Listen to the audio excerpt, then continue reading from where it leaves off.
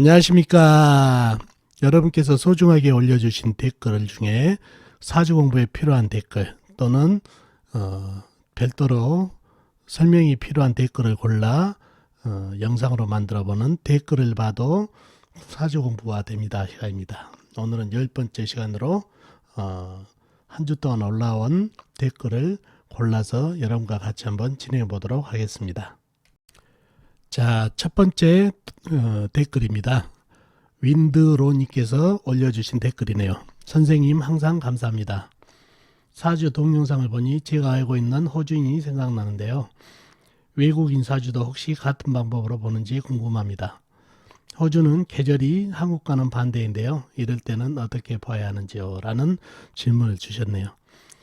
외국인 사주 보는 방법에 대해서는 여러 가지 설이 있습니다.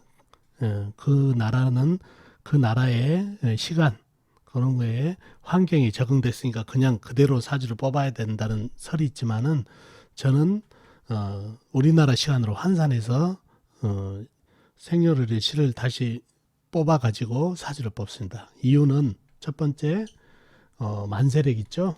사주 뽑는 만세력은 이게 우리나라 기준으로 됐다는 얘기예요. 다른 나라 기준이 아니라 우리나라 시간대에 우리나라의 날짜에 맞춰서 만들어 놓기 때문에 그 외국에서 태어나신 분들은 시차가 있어서 날짜도 틀려질 수 있고 시간도 틀려질 수가 있어서 우리나라 시간으로 만약에 이 나라 그 사주 그대로 뽑은다면은 그 나라 나름대로의 만세력을 만들면 되겠죠. 그 나라에 맞는. 그러나 이 만세력, 현재 쓰고 있는 만세력은 우리나라에서 만든 우리나라 기준이기 때문에 외국인도 사주를 보려면 우리나라 기준으로 해가지고 환산을 해가지고 사주를 뽑아서 봐야 됩니다. 저는 그렇게 생각하고, 물론 밤낮이 바뀌고 또 계절이 우리하고 반대일 경우에는 사주도 환경에 따라서 많이 좌우를 하니까 그거를 좀 감안을 할 수는 있어도 만세력, 사주 뽑는 거는 만세력을 우리나라 날짜하고 시간으로 기준으로 해서 만들기 때문에 사주는 우리나라 기준으로 우리나라 시간으로 환산해서 뽑아야 된다고 저는 생각합니다. 자, 한번 볼까요? 예를 들어서 84년 양력 8월 20일 오후 2시 캐나다 토론토에서 태어나신 분이 있어요. 캐나다 토론토하고 우리나라하고 13시간 차이가 나더라고요. 캐나다 토론토가 빠르죠. 그래서 요거를 우리나라 시간으로 바뀌면은 13시간 차이 나니까 13시간을 더 해줘야 돼요. 그래서 우리나라 시로 환산을 해보면은 오후 2시니까 14시단 얘기예요. 여기다 10시를 보태면 24시가 돼서 자정이 된다는 얘기예요. 날이 바뀐다는 얘기죠. 10시간을 빼니까 3시간이 남아요. 그래서 그 다음날 13시간을 버티면은 8월 22일 새벽 3시가 한국 시간으로 이분이 태어난 시간이에요. 그래서 외국인이다 할지라도 이 시간에 맞춰가지고 사주를 뽑아서 감명을 합니다. 물론 밤낮 바뀐 거 또 계절적인 거 좀 감안을 해야 될 부분도 있지만은 만세력은 우리나라에서 만든 우리나라 시간, 우리나라 날짜 기준으로 했기 때문에 반드시 우리나라 시간과 날짜로 환산을 해가지고 사주를 뽑는 게 저의 방법입니다. 도움 되셨나 모르겠네요. 자, 다음 댓글은 나무님께서 올려주신 댓글이네요. 선생님, 태어난 시가 미시나 어시인데 천간 자리는 어떻게 정하는 거예요? 라는 질문을 하셨네요. 무슨 얘기인가 하니 오시다. 그러면 어떨 때는 경오시, 어떨 때는 이모시, 또 어떨 때는 무오시, 이렇게 오시는 같은 오시인데 천간이 다 달라진다는 얘기죠. 미시도 마찬가지, 어떨 때는 신미시, 어떨 때는 개미시, 이렇게 천간이 다 달라진다는 얘기예요. 그래서 이 천간을 어떻게 정하는 건지 여쭤본 거거든요. 이거는 제 동영상 사주 기초편에 보면 사주 세우기에 나와 있는 그 강의입니다. 그렇지만은 사주를 배우시는 분들 이거 정하는 방법을 알면은 그래도 도움이 되겠죠. 요즘 뭐 어플이 컴퓨터가 됐든 그 스마트폰이 됐던 어플이 잘 나와가지고 잘 안 쓰는 것 같은데, 그래도 사주를 공부하는 사람은 어떻게 구하는지 정도는 알고 있으면 좋겠다고 생각해서 말씀드립니다. 바로 시간에 이 천간을 어떻게 구한다는 얘기예요. 다 틀려지는데 그건 바로 일간하고 차이가 있습니다. 일간에 따라서 먼저 첫 번째는 일간의 합을 구합니다. 일간의 합을 구한다는 얘기는 기토죠. 기토의 천간 합은 뭐죠? 갑기합이죠. 네, 갑기합 해서 토가 되죠. 그래서 합의 오행을 찾는다는 얘기예요. 흙이 나왔다는 얘기예요. 갑기합토. 그러면 이 토가 나오는데 이 오행을 극하는 오행이 자시 천간에 옵니다. 그것도 양기운이. 무슨 얘기냐? 흙을 극하는 오행이 뭐죠? 나무죠. 목국토. 이게 양이면은 천간에 간목이 있고 을목이 있는데 양이면 간목이란 얘기죠. 그래서 갑자시가 처음 시작이 된다는 얘기예요. 그래서 사시다 그러면 돌려보면 되겠죠. 자축, 인, 묘, 진, 사 이렇게. 그러면 요 위에도 천간도 가불, 병정, 무기에서 기사시가 된다는 얘기죠. 기사시 나왔죠. 이렇게 시간의 천간을 뽑으면 된다는 얘기죠. 즉 일간의 합을 구해서 합을 해서 나온 오행을 극하는 오행의 양기운이 자시부터 시작한다는 얘기죠. 자, 하나를 더 볼까요? 자, 이번에는 경인시가 됐네요. 이 경금이 어떻게 나오냐는 얘기예요. 바로 일간의 합을 먼저 구한다는 얘기죠. 병화네요. 병화는 병신 합수가 되죠. 천간의 합이 되는 오행을 구한다는 얘기죠. 물이죠. 물을 극하는 오행. 물을 극하는 오행은 흙이란 얘기예요.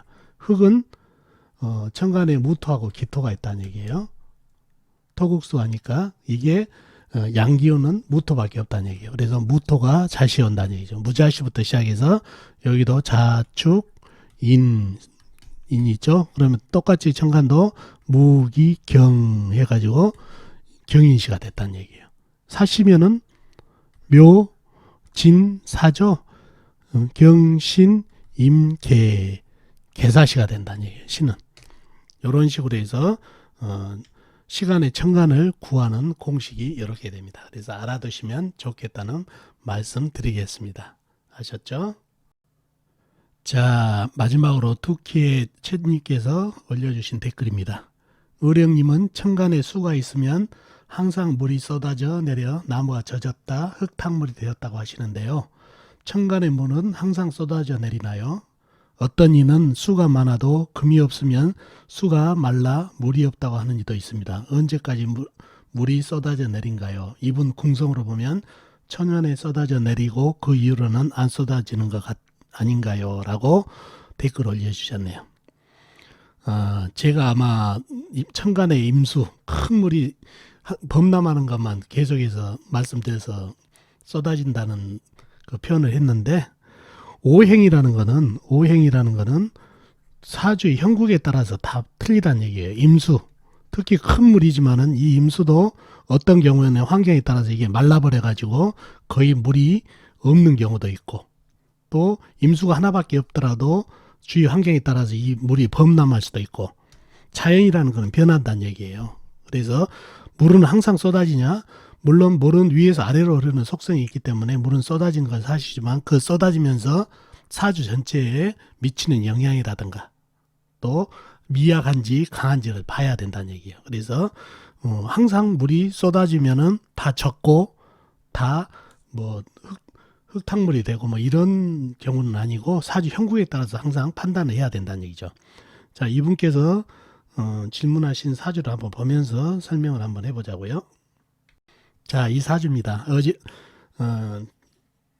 그 계속해서 댓글, 이 전주에도 댓글에도 올라왔던 내용인데, 강사주인데 약사주로 표현했다고 하신 부분이거든요. 이 흙들이 이렇게 많은데 물까지 있고 그러는데 이 물 하나가 전체 장악하느냐 그 얘기죠. 진토 축축한 흙, 축토 축축한 흙이고 이 불로는 이 많은 흙을 갖다가 단단하게 만들지 못한다는 얘기죠. 이 물이 쏟아지면서 이 진토는 한 방에 그 흙탕물이 돼보고, 그래서 햇빛이 없는 흙이다 보니까 물이 스며들면서 축축한 흙이 됐다는 얘기예요. 그래서 이 물이 상당히 강하게 됐다는 얘기죠. 그래서 이거는 흙탕물을 만들 수 있고 나무도 적게 만들 수 있는 힘이 있다는 얘기예요. 이 흙이 이 물을 갖다가 가둘 수 없는 흙이기 때문에 그렇습니다. 물에 젖어 가지고 자, 이분 대운 흐름이 경술, 신해, 임자, 개축 이럴 때는 뚝방이 터진다는 얘기예요. 흙이 물을 가둘 수 없는데 물이 더 들어오니까 그 다음 갑인부터 물을 좀 빨아들이죠. 을묘, 병진, 정사 이렇게 나무하고 물로 간다는 얘기죠. 나무하고 불로 받으면은 이 흙이 좀 단단해진다는 얘기예요. 그래서 단단해지면 이 물을 갖다가 가둘 수가 있다는 얘기죠. 말린다기보다는 더 가둘 수 있다. 현재는 물이 들어오면은 이 흙들이 단단하지를 못하니까 물을 가둘라다 뚝방이 터지는 형국이지만은 어느 정도 불이 들어오면 이 흙이 단단해지면서 마르면서 이 물을 가둘 수 있어서 재물도 내재물이 되고 그럴 수 있는 재물을 지킬 수 있는 시기가 된다는 얘기죠. 그래서 이 대운 흐름 시기에 따라서도 환경에 따라서도 이 물도 변한다는 얘기예요. 아셨죠? 자, 오행이 한번 보자고요. 이게 같은 해수나 임수 이 호수같이 큰 물이죠. 큰 물이라 하더라도 주변 환경에 따라서 이렇게 물이 이렇게 고요하게 많이 있는 물 주위 환경에 따라서 이렇게 같은 저수지지만 물이 말라버리는 경우 이런 같은 해수 임수라 하더라도 호수같이 큰 물이라도 주위 환경에 따라서 이렇게 말라버린 경우도 있고 이렇게 물이 상당히 있는 경우도 있다는 얘기죠. 환경에 따라서. 또 보면은 같은 흙이 있어요. 흙.